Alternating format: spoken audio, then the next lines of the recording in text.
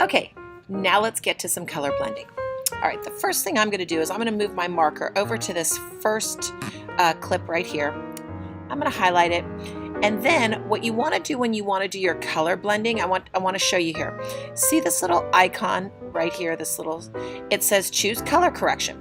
So you can come here, and what I like to do when I do my color blending is I work on the color board. So click on the color board and see this is going to show up over here. The first thing I always start with is my exposure. This one here, you've got some issues. So you can look at and start adjusting. Look what happens when I adjust the exposure. All of a sudden it's lighter. If I went down below the line, it gets darker. So I can look at this here and I can start adjusting my exposure. Look at the difference now in this color. If I went down, it would get darker. But now it almost looks like here, nope, ooh, don't want to adjust that one. Nope, I'm going to leave that right in the middle. I'm going to bring down this other one here so you can look at it here. Look at the difference between the two. See how bright that is? See how dark that one is? Similar kind of footage, but see how bright it is now? I love that. So you can also adjust the saturation if you want.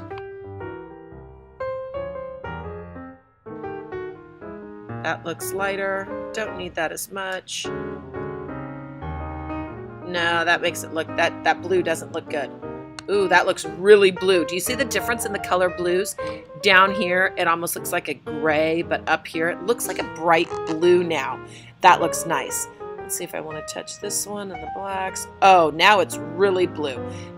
Almost too blue. Let's go down and see the other way. Now it's back to being a gray. It's almost like you're turning a light on it. That looks so good. Okay, and you can go back. You can also adjust the color if I want it to be pink backgrounds and whatnot. I don't play with that very much. Okay, so I'm going to come down again, and I really want you to see the difference here. I'm going to bring this footage down in between, okay? And I want you to see the difference. This is what we've done, and this is what the footage started as. Can you see the difference there? This one is a bright blue. It looks really nice when you play that. And then, you've got this great footage. Now, this one here is so dark and it looks terrible. So that's what you're going to be doing today. I really want you to look at all of these different clips here. This one might not be a great clip, but pull down the clips I gave you.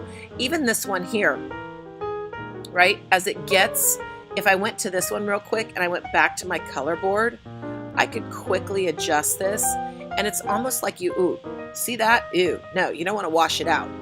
But you can come in here and I could adjust my exposure. Now I'm going to adjust the saturation a little bit. Make sure it's got that real nice wood color to it. Brighten that up. There. Now, instead of being dark, you can really see.